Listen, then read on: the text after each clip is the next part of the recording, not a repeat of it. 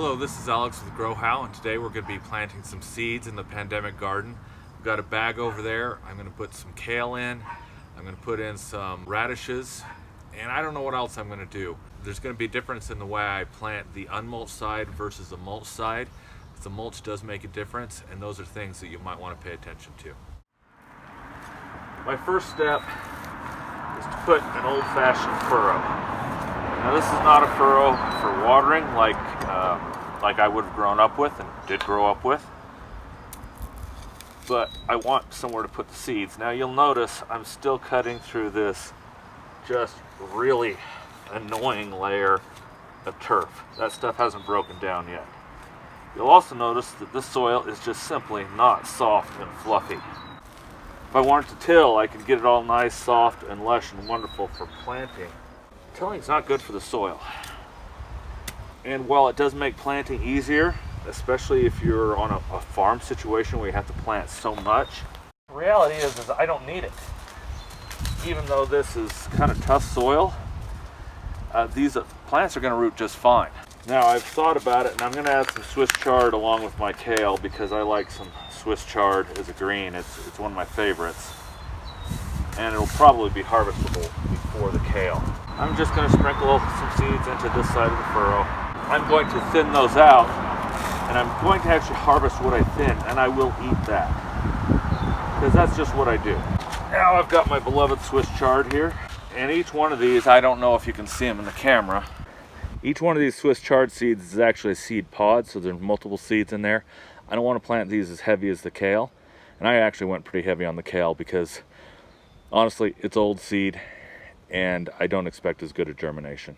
And you may be wondering, so Alex, why are you using old seed? There's a very simple answer to that.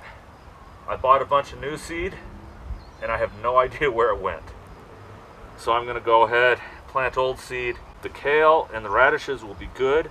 I am not sure about the Swiss chard because Swiss chard is a little bit more fussy. If I end up with egg in my face and nothing sprouts, then you can all have a good laugh at the garden, air quotes, expert. So I planted my seeds. I've got radishes all along. I've got kale here. I've got Swiss chard over there. And now I'm just going to cover them up.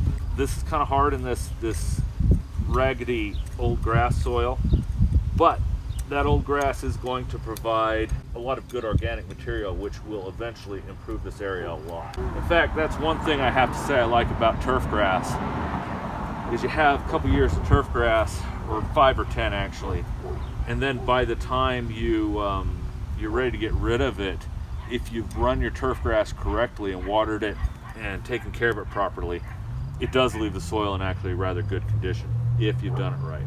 I'm going to go ahead, pack that stuff down. Got a few seeds popping out all over the place. Now this soil is damp, and so I'm not going to water it in. I will probably run this system, the whole yard I'm probably going to run probably next Thursday, but I'm going to run this system, this zone, more frequently to make sure that that's damp enough that those seeds can germinate. Now let's move over to the mulch side. Now planting this area, there's going to be some more tricky situations here.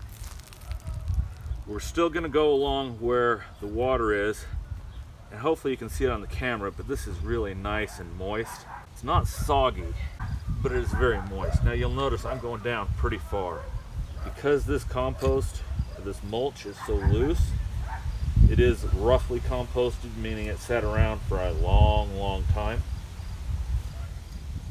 But because it's so loose, the seeds can push through it easier. Now the struggle we're going to have here is that paper that's underneath, because that's going to prevent these from getting into the real soil, and that's where a lot of our mineral nutrients are held. The mulch really doesn't have any. So you notice I am cutting through this paper, and this is going to be important, especially if you're doing root crops. I have tried this method of mulching but without cutting through the paper with carrots, and I can tell you right now those carrots were a disaster that year. I've cut through the paper. I'm gonna just do some spot checking. Now my roots should be able to get through there. Again, I'm going much deeper. And really, I don't want these planted into the soil. The seeds don't need to be in the soil, they need to be against it. We'll start with the Swiss chard this time. Now keep in mind, when we're talking Swiss chard, this is basically just a beet that we grow for green. So keeping that in perspective is a good thing, because it means it's gonna have a large root, which is also good for breaking up some of this tough soil I have here. Again, kale, again, kind of thick, just in case it's not too terribly viable. And it's especially going to be hard. This is going down deep because of the way I planted it, and these are smaller seeds. That is going to be an issue. For radishes, I switched out radishes to get some French breakfast radishes, and these are a little bit longer. I love having these in because, in a month from when I plant, I can be gathering up radishes. And if you'll check out USU Extension, I don't know where they had it, but they have a recipe for roasted radishes, and I think that we need to look at that for radishes. So again, much deeper. I needed to get through that mulch, and that's a risk. Some of this may not pop up, all of it may not pop up, but I feel like it's reasonable. I push the dirt over, or the compost, or the mulch as it really is. It's not really fully composted like I said earlier, and I'm done. Now you notice I also planted right along where the drip system is to get water, because we need that optimal water situation. That's why we have drip, is so we can avoid watering what we don't want to grow. And I will get back with you on it when things start germinating, which can be as in short a time as 2 weeks. Exactly 1 week after planting, my radishes are already up. Possibly we'll see something else here. All I'm seeing is radishes. That's on the mulch side. On the unmulched side, we have a little bit of action.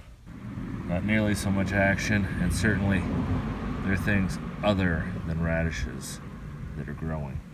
Not sure what yet. Catch y'all later. Banana.